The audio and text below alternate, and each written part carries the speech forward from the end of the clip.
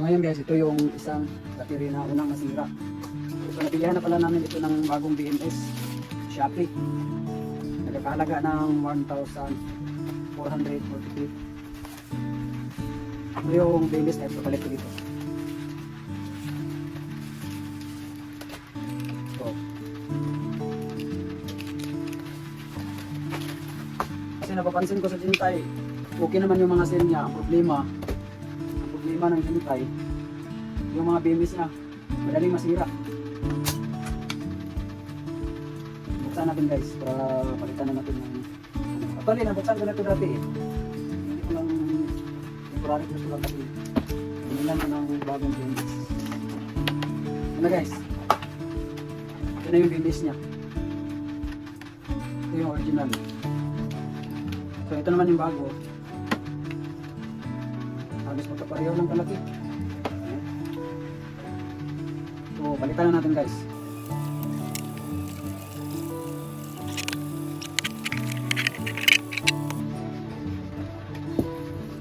Unpack na lang natin. Ito na yung ano, hindi ko na gagamitin tong mga wire niya. Kasi meron naman dito eh, naka ano na ito. Sa original pa niya. Saka itong sa NTC niya tanggalin ko na lang kasi meron naman siya dito nakalagay. Dito yan siya.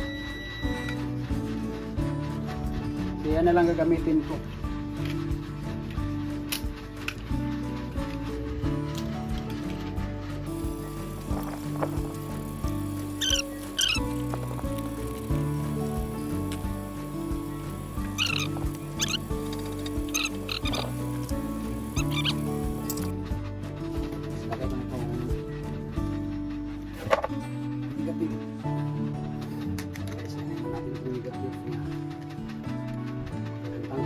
Board.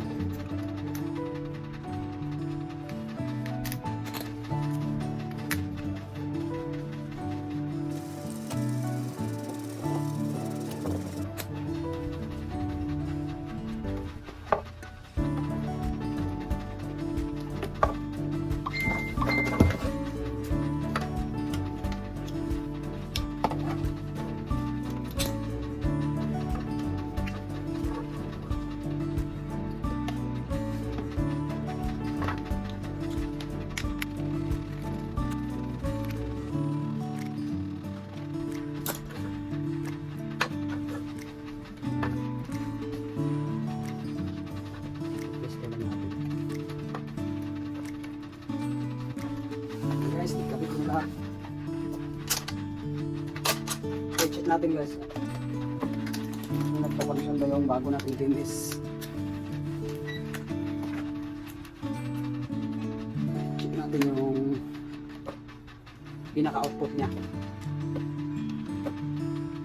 Okay. 11, 20. So dito sa battery mismo, as a battery cell, 11, 20, pareho sila guys.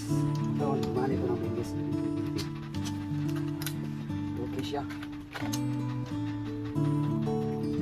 Okay guys. Try muna natin i-open tong Jintay kung nadidetect niya itong bagong BMS dito. Okay guys. Ito na yung bagong BMS. Ayun.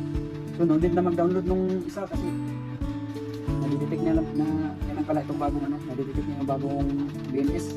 So compatible din siya sa Jintay na application.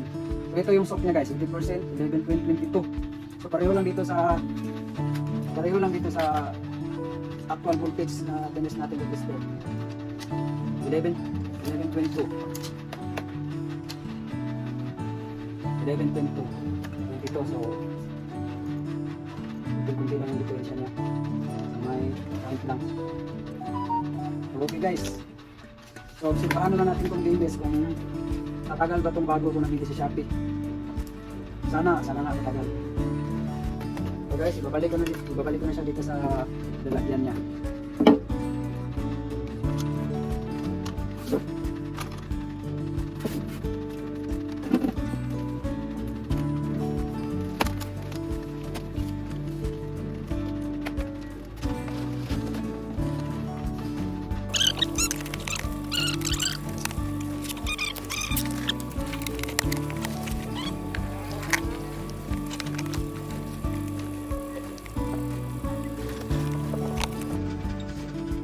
na natin yung bago natin inayos guys. Nilagyan ng bagong BMS. Tanggalin na natin ito.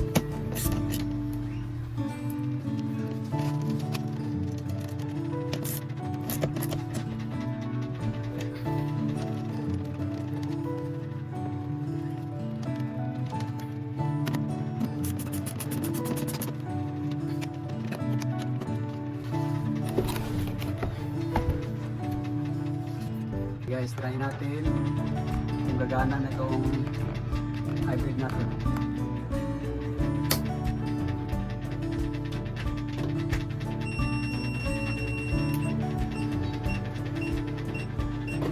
Iwan natin yung DC guys. DC in. Mawala yun.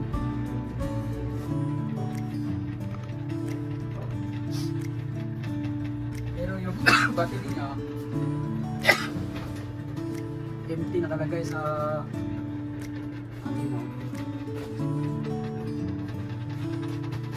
So try natin yun itong ano galing sa panel.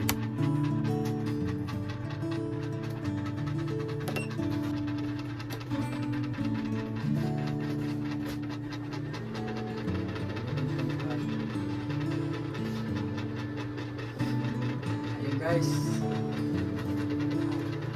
nag-charge na. Okay na yung battery. Working yung bagong BMS natin nilagay.